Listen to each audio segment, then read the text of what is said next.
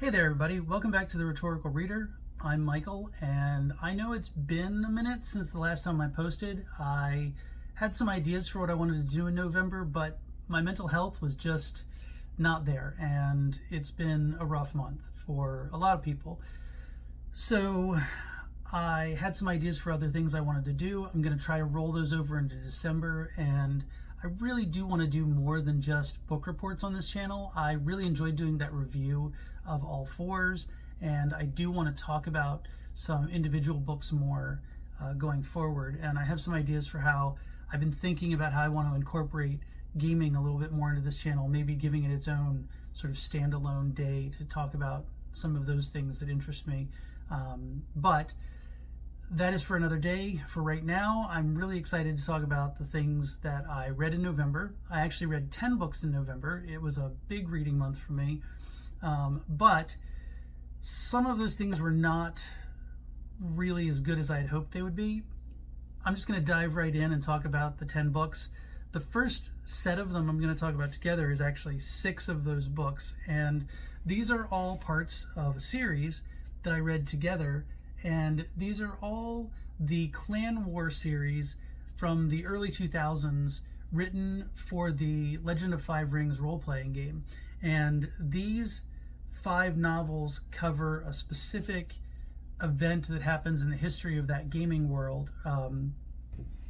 And the story of Legend of the Five Rings is that it's a very sort of pastiche world built on various parts of Asian folklore, primarily Japanese, but with some Chinese and other Asian influences mixed in.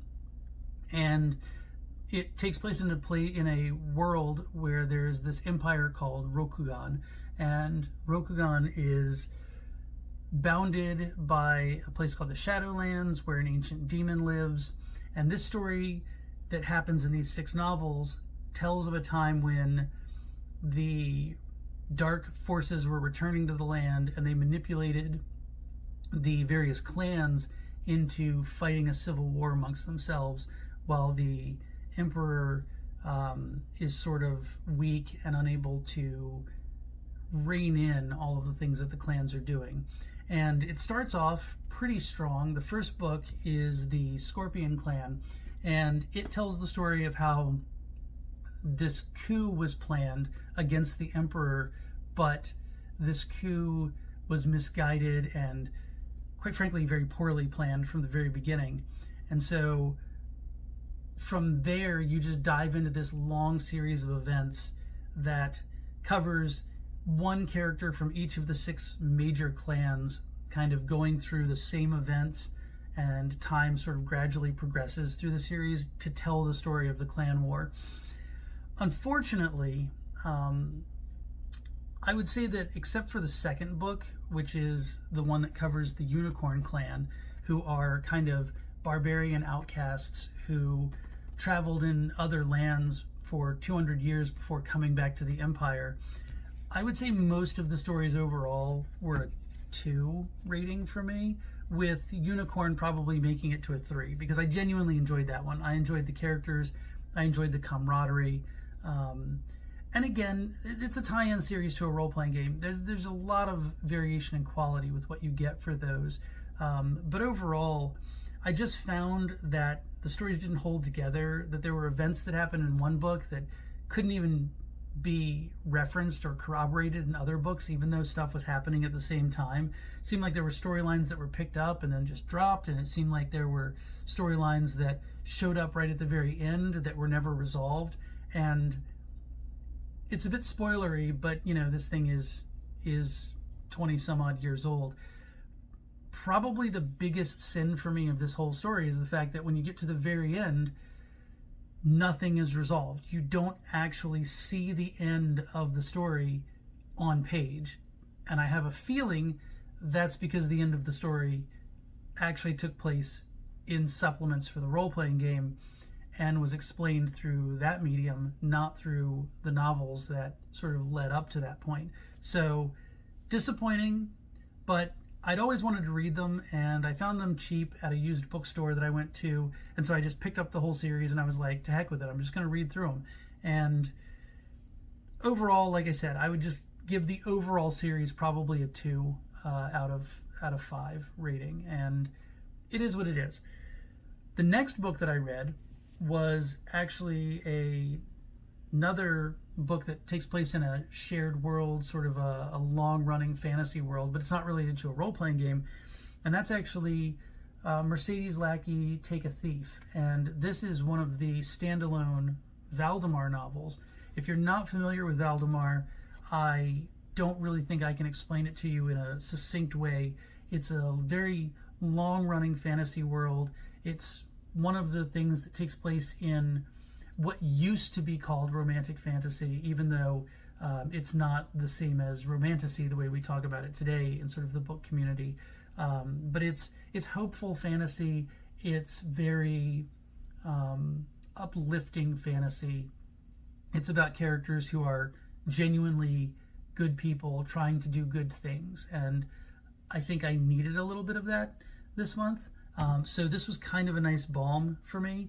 And this tells the story of a orphan character named Skiff who falls in with sort of an Artful Dodger kind of crowd, raising children to be thieves.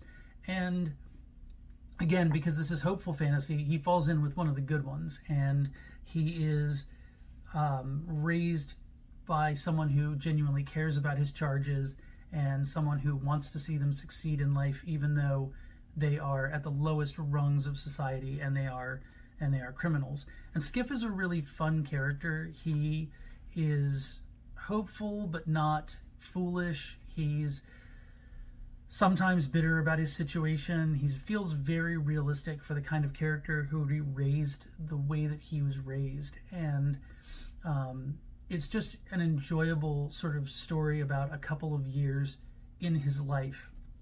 And I did feel like some of it in the middle kind of dragged a little bit. There's some spots where time just sort of skips and you have to just sort of take on faith the things that happen during that, which is something that I personally can say I don't like in books. I'm very much of the mindset that the things that my favorite books do is tell a very specific story about a very specific time in someone's life. And when you're just telling a whole life and you're skipping time and you're kind of asking us to just fill in the gaps, that's never been what really does it for me. But overall, I would say this was genuinely enjoyable. I don't want to give away too much because something happens. There's sort of a twist in the book that just takes place as Skiff's life takes a turn when he loses everything that's really important to him and decides that he wants to go on a quest for revenge, but he's still very young when all of this happens. And then there's this twist that sort of plays into being a part of Valdemar, and I think that it'd be much more enjoyable if you were to just read it for yourself. I would give this a 3 out of 5 stars. It's not my favorite Valdemar book that I've read. I am not a huge Valdemar fanatic in the sense that I do really enjoy the stories that Mercedes Lackey writes set in that world, but I have never really taken it upon myself to like sit down and read them in order and to really delve into the lore deeply. But I did enjoy this. I'd say it's a 3 out of 5 stars, a solid 3. And it's, if you just need a kind of hopeful, uplifting, but realistic fantasy about people struggling to survive in sort of the lower echelons of society, this is a good choice. I really would recommend it. Take a Thief by Mercedes Lackey. So, continuing my efforts to read more romance, I dove into another book by Meryl Wilsner. As you'll probably remember, I read her other book, Mistakes Were Made, and absolutely loved it. It was one of my favorite romances that I've read so far. And so I picked up her newest book, which is called Cleat Cute. And this is a lesbian soccer romance. And I can say that while Wilsner's writing was just as strong in this book, I definitely did not enjoy it as much as Mistakes Were Made. I can tell you that what this one did in terms of how the relationship is structured and how the two characters relate to one another, kind of played on some of the things that I don't like in romances. The miscommunication trope is very strong in this one. One of the characters doesn't even realize that she's in a relationship, while the other character is convinced that they're in a strong monogamous relationship. And that conflict creates sort of a really strange dynamic that I'm not in love with. I would also say that this book, much like Mistakes Were Made, has very steamy on-page sex scenes, but I found them to be, personally for me, a little bit cringe-inducing for this time around. I didn't get the joy I got out of them with Mistakes Were Made. And I think that for some people, this will be a great read and they'll absolutely love it. And if you're looking for someone who writes good lesbian romance, Meryl Wilsner is definitely someone who does that. This one just didn't work for me as well as Mistakes Were Made. I would also give it a 3 out of 5. Solid recommendation. You probably will enjoy it if it sounds like your kind of thing, but it didn't quite do it for me in the same way that Mistakes Were Made did. So I also, this month, read Siren Queen by this person, whose name I'm not going to attempt to butcher because I feel like I would be doing a horrible disservice. I tried to look it up on the internet and could not find a pronunciation for this person's name, and I don't want to be the person who says this and ruins it. So this is a story that is about a magical golden age Hollywood, and this person who's our main character is Luli Wei, and she is a Chinese American child of immigrants who is desperate to become a star. She becomes obsessed with the cinema and she wants to find a way in, and so gradually she does, and she takes matters into her own hands and she embraces having a career as a Hollywood star in a time when being a Chinese American star is difficult. And she ends up, the title is important because she ends up playing a role as a monster in this series of films that become her ticket to stardom. And she plays this Siren Queen, and there's a lot of interplay back and forth with the character thinking about herself as a monster and thinking about how she would rather be a monster on screen than any of the other kinds of roles that get offered to Asian actresses. When she goes to confront the head of the studio for the first time, the thing that she tells him is the first words of the blurb on the back of the book. She says, "No maids, no funny talking, no feigning flowers." And so he says to her, that doesn't really leave a lot for people like you. And she says, we'll find something. And what she finds is this monstrous role. And all of that sounds amazing. I was really drawn in by this golden age Hollywood, this beautiful, glamorous, early days, big studios, powerful moguls kind of vibe that the book had going. But where it lost me a little bit is that, as it turns out, this magical Hollywood isn't just sort of quietly behind the scenes a magical Hollywood. It's very much a Hollywood where everything is magical, and like the gangs of kids who play like the bit part roles as children in the various movies are literally called changelings, and they just roam the lots in packs. And the head of the studio actually drives around at night and leads a wild hunt of stars who have to sacrifice someone every year on Halloween. And so there's a very overt, just out there kind of a magic to this that I wasn't expecting from the way the blurb made it sound. I thought it was all going to be kind of sort of quiet contracts in the background kind of magic. And so that part of it didn't appeal to me as much, but her writing, the author's writing, is stellar, and I definitely will read other things by her. She has several other books, including a fairly new one that's out right now, and I'm excited to read more by her, because even though this one didn't quite scratch the itch I thought it was going to, I can tell that I really do enjoy her writing. This one, Siren Queen, I would say is another 3-star for me.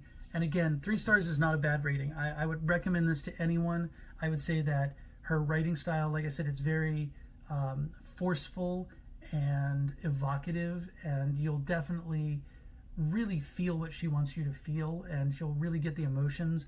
But I just wasn't as impressed with sort of the world building of this overtly magical golden age of Hollywood that she created. So 3 out of 5 stars, Siren Queen.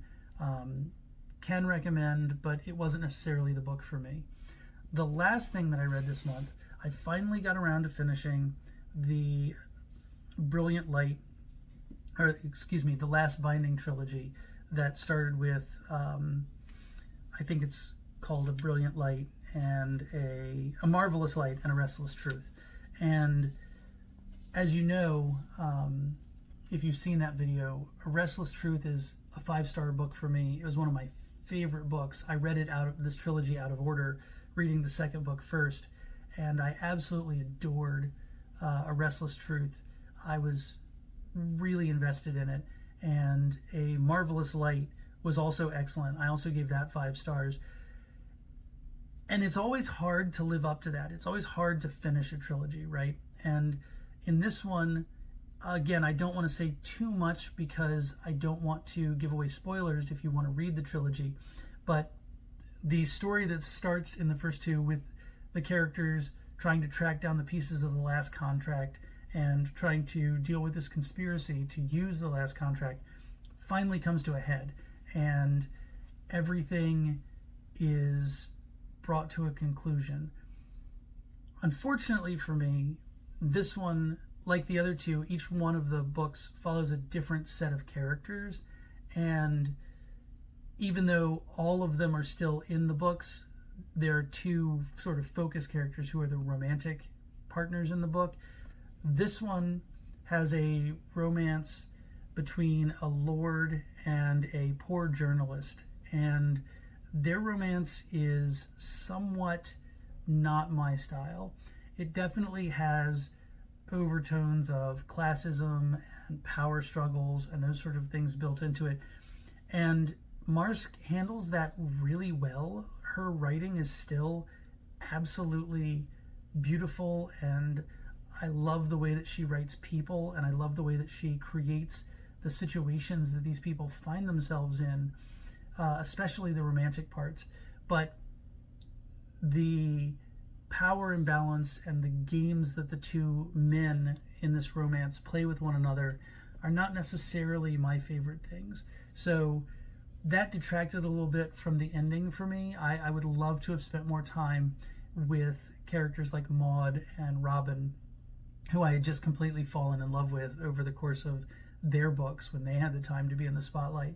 But I would say this is still a 4 out of 5 stars for me. It almost is a 5-star. It was very close to being a 5-star because Freya Marsk's writing is so wonderful, but it's hard to end a trilogy, and she ended it with 2 characters that I didn't fall in love with the way I did with the pairs she had in her other books. So 4 out of 5 stars, A Power Unbound. She has a new book out right now already that I am definitely excited to pick up and read. I can definitely recommend Freya Marsk and this particular trilogy to anyone who is looking for a strong fantasy that is somewhat historical fantasy and has really, really strong romantic overtones to it. And there's elements of mystery, and there's elements of sort of that adventure novel kind of a feel. So the Last Binding trilogy would definitely be a recommendation for me, and it's on my list of my favorite things that I've read in 2024. So that's A Power Unbound, 4 out of 5 stars, Freya Marsk, could recommend, especially as a part of the whole trilogy. So that's the 10 books that I read in November. Again, like I said, I did a lot of reading, but it wasn't necessarily the best things. Some of them were great, some of them were average. I am looking forward to December. I've already started a new series, the Silver and the Bone duology by Alexandra Bracken is something that I'm reading right now. I'm also reading another James Blaylock book, which I'm really excited about and looking forward to talking about. And I hope that this month in December that I will have a chance to bring a few more things, a few more videos out, talk about how I do ratings.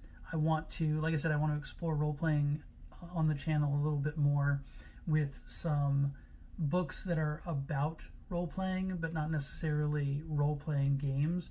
And so I actually have a couple of them behind me on the shelf up there that I'm looking forward to diving into. So I hope that you'll forgive me for being one video in November. I am looking forward to doing more, and I hope that everybody out there is doing well. Please try to take care of each other, and I will see you in the next one.